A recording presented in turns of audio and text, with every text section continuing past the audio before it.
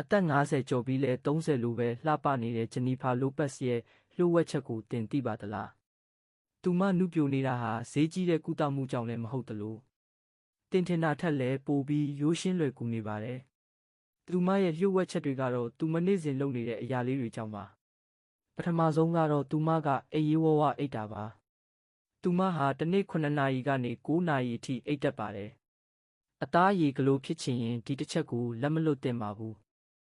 ဒုတိယအချက်ကတော့သူမကခန္ဓာကိုယ်ကို damage မဖြစ်ရအောင်အရက်စစ်လိတ်မတောက်ပါဘူး။ပြီးတော့သူမဟာအသင့်စားအစားအစာတွေနဲ့ကိုလက်စထရောများတဲ့အစားအစာတွေကိုရှောင်ပါတယ်။သူမဟာခန္ဓာကိုယ်အတွက်လေ့ကျင့်ခန်းတွေကိုပုံမှန်လုပ်လေ့ရှိပြီးသူမရဲ့အဓိကလျှို့ဝှက်ချက်ကတော့ရေများများတောက်တာပါပဲ။ဒါကြောင့်သူမဟာပါဖက်မဟုတ်ပါဘူး။သူမကိုသူမတူစေတာကတော့ဒီအချက်တွေကိုပုံမှန်လေးထားတွေလို့နေ့စဉ်လုပ်နေလို့ပါ။တင်လဲဒီနေ့ကစပြီးဒီအလေးထားတစ်ခုခုကနေစပြီးလုပ်ကြည့်လိုက်ပါ